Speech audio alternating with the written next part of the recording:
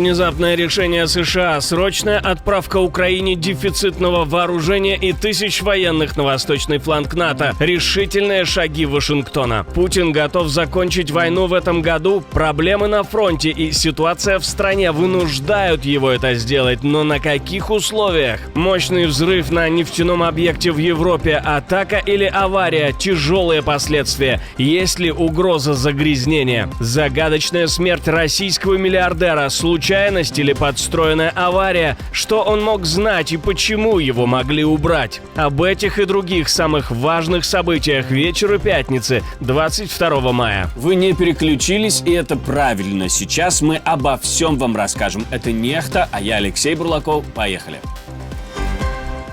Срочная отправка партии дефицитного вооружения Украине. Госдеп дал зеленый свет на оборудование на сумму около 108 миллионов долларов. Это одна из самых громких и уникальных поставок, если оценивать тип вооружения. Это не Патриот, но сейчас важна каждая установка, которая может сбивать самолеты, дроны и крылатые ракеты. Вашингтон продолжает закрывать украинские потребности в ПВО, несмотря на давление из-за войны с Ираном и опасения по поводу истощения американских запасов. Но объяснения уже опубликованы, вопросов нет. Эта продажа будет способствовать достижению целей внешней политики и национальной безопасности Соединенных Штатов путем повышения безопасности страны-партнера, которая является движущей силой политической и экономической стабильности в Европе. Продажа улучшит способность Украины противостоять текущим и будущим угрозам. Оборудование для ремонта и обслуживания зенитно-ракетных комплексов «Хоук», запчасти и все то, без чего система быстро превращается в дорогой металлолом. Это увеличивает скорость возвращения в бой комплексов ПВО и может спасти жизни тысяч людей. Систему «Хоук» используют для перехвата самолетов, дронов и крылатых ракет. Конкретный перечень техники и сроки поставки пока не раскрываются. Фронт ломают не только танки и артиллерия, но еще и интернет. Российские войска годами пытались использовать западные технологии против Украины, но посыпались, когда сами лишились этих технологий. Украина вернула около 400 квадратных километров после того, как у российских войск массово отключили незаконно используемые терминалы Starlink. По данным Bloomberg со ссылкой на отчет военной разведки США, это произошло во время украинской наступательной операции в начале 2026 года. Оккупанты использовали Starlink для координации перемещений, связи и ударов дронов там, где обычная связь работала плохо. Военные возможности России в Украине были временно, но существенно ослаблены благодаря усилиям украинских чиновников в феврале по выводу из строя тысяч терминалов Starlink, которые незаконно использовались российскими войсками для координации передвижений и ударов беспилотных летательных аппаратов. Но есть и ложка дегтя. Даже после этого Россия в марте все еще сохраняла общее преимущество по большинству боевых функций. То есть отключение Starlink не выиграло войну само по себе.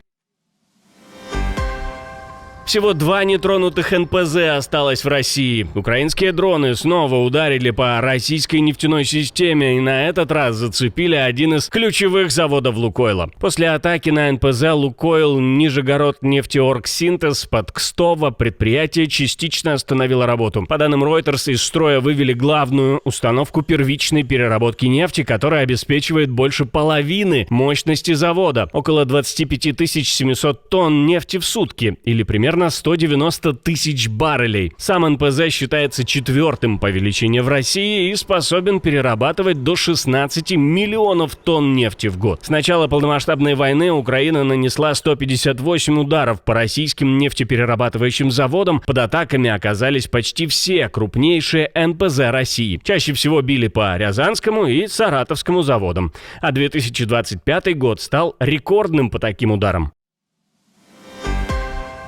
Внезапно вспыхнуло и в Европе. В Венгрии взорвался объект крупнейшей нефтегазовой компании «МОЛ». Утром в городе Тисауи-Вараш авария произошла на остановке «Альфин-1» нефтехимического предприятия. По словам премьера, Петра Мадьяра взрыв случился во время перезапуска после технического обслуживания. Сегодня утром на нефтехимическом объекте МОЛ произошла серьезная авария. Мы находимся в постоянном контакте с руководством подразделения по предотвращению чрезвычайных ситуаций и компании МОЛ. Специалисты тушат пожар. К сожалению, есть один погибший и несколько пострадавших. Спасательные работы продолжаются. Пожарные продолжают тушить объект, а на поврежденном трубопроводе сохраняется факельное горение. На место выехала мобильная лаборатория службы ЧС, которая проверяет воздух. Говорят, пока превышение опасных веществ не зафиксировано. МОЛ – ключевой нефтегазовый игрок Венгрии, связанный в том числе с украинским направлением через транзит нефти по дружбе. А как думаете вы, диверсия или несчастный случай? Пишите в комментарии обязательно. Европе нужно готовиться к войне с Россией. Начальник чешского генштаба заявил изданию «Политику», что Россия – главная угроза для Евросоюза, а значит, армии и общество должны переходить от красивых заявлений к реальной подготовке. Не к теоретическому кризису, а к крупномасштабному высокоинтенсивному конфликту с технологически развитым противником, который может иметь ядерное оружие.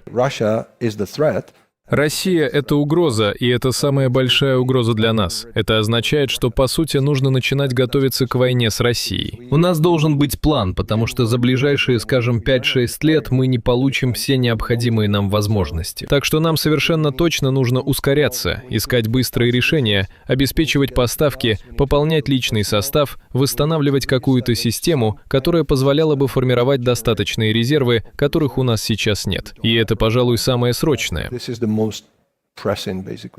Прага уже вписала это в новую стратегию национальной безопасности и обороны, то есть это не эмоция генерала в интервью, а новая логика государства. Россия остается угрозой даже при любых разговорах о переговорах, перемирии или усталости от войны. И промедление, по словам Ржехки, уже само по себе становится риском. Путин хочет закончить войну до конца года, но только так, чтобы продать это как победу. По данным Bloomberg, Кремль ищет не мир, а формулу капитуляции Украины в красивой упаковке.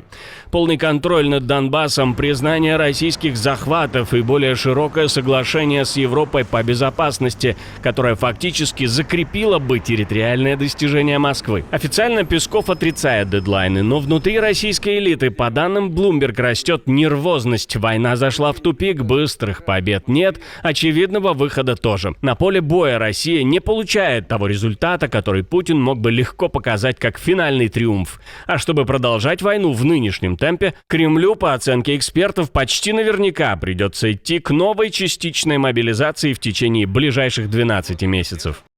Россия терпит неудачи на поле боя. Чтобы поддерживать свои военные усилия в Украине, Кремлю почти наверняка придется ввести вторую частичную мобилизацию в течение следующих 12 месяцев. Именно поэтому Москва одновременно говорит о мире и давит на всех фронтах. Требует Донбасс, втягивает Беларусь, проводит ядерные учения с Лукашенко и шлет сигналы Европе и НАТО. Напугает Запад, дожать Украину, а потом назвать ультиматум мирным соглашением. Решительный шаг президента. Американские войска перебрасываются на восточный фланг НАТО. Дональд Трамп нашел, куда отправить 5000 американских военных. Скорее всего, речь идет именно о тех 5000, которые он обещал вывести из Германии. Но вместо сигнала немецким властям получился сигнал Москве. Ведь это новые силы рядом с Белоруссией, Калининградом, Украиной и всей линией напряжения, где Европа ждет следующего движения Кремля. Конечно, президент США все объяснил совсем иначе. После успешного избрания нынешнего президента Польши Кароля Навроцкого, которого я с гордостью поддерживал, и учитывая наши отношения с ним, я рад объявить, что Соединенные Штаты направят в Польшу дополнительно 5000 военнослужащих. Сигнал поддержки – да, но только личные отношения, не то, что вы подумали. Напомню, выборы в Польше прошли год назад, и Кароль Навроцкий президент с 6 августа 2025 года. Наши военные командиры прорабатывают все детали, но, разумеется, я это приветствую. Но давайте говорить прямо. Тот курс, по которому мы идем, это более сильная Европа и более сильная НАТО. И мы должны со временем, шаг за шагом, становиться менее зависимыми только от одного союзника, как это было так долго, а именно от Соединенных Штатов, чтобы и у них тоже была возможность возможность и выбор в большей степени переключаться на другие приоритеты, которые также отвечают и нашим интересам. Этот курс будет продолжен, но, конечно, я очень приветствую вчерашнее заявление.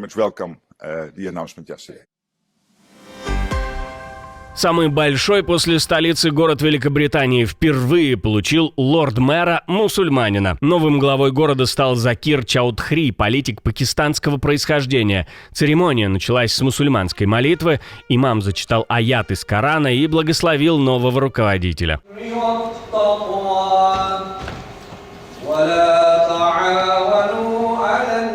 В сети особенно обсуждают не только сам факт назначения, но и выступление Чаудхри. Многие заметили, что он с трудом читал присягу на английском языке. В сети снова вспыхнул спор о том, как изменилась Британия за последние десятилетия. Бирмингем давно стал городом с огромной южноазиатской и мусульманской общиной, но теперь эти изменения влияют и на политику.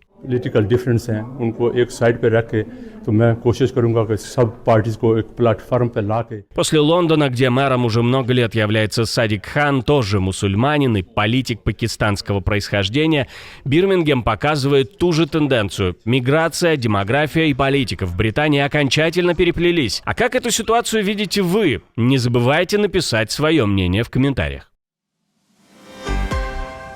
Странная смерть миллиардера и слишком много совпадений вокруг его активов. Михаил Смирнов, которого связывали с Балтийской топливной компанией и контуром банка Санкт-Петербург, погиб в аварии на трассе Пески-Сосново-Подгорье. По официальной версии, он на мотоцикле выехал на встречную полосу и врезался в Хавал. Момент ДТП никто не видел, бизнесмен умер до приезда скорой. По данным издания ВЧК ОГПУ, за несколько месяцев до смерти Смирнов неожиданно вышел из всех компаний, а его доли начали переходить к людям, связанным с банком Санкт-Петербург. История тянется глубже, к старой петербургской финансовой сети. Смирнов много лет работал в банке Санкт-Петербург, который в разные годы связывали с окружением семьи Валентины Матвиенко. Вокруг банка, по данным расследователей, существовал целый слой аффилированных фирм, работавших с проблемными активами, долгами и спорными сделками. Смирнов фигурировал в этих историях как управленец и свидетель. Поэтому его смерть выглядит не просто как ДТП с миллиардером на мотоцикле, она выглядит как финальная точка в истории, где активы заранее ушли в нужные руки. Интересно, в какие? Как думаете вы? Пишите в комментарии обязательно.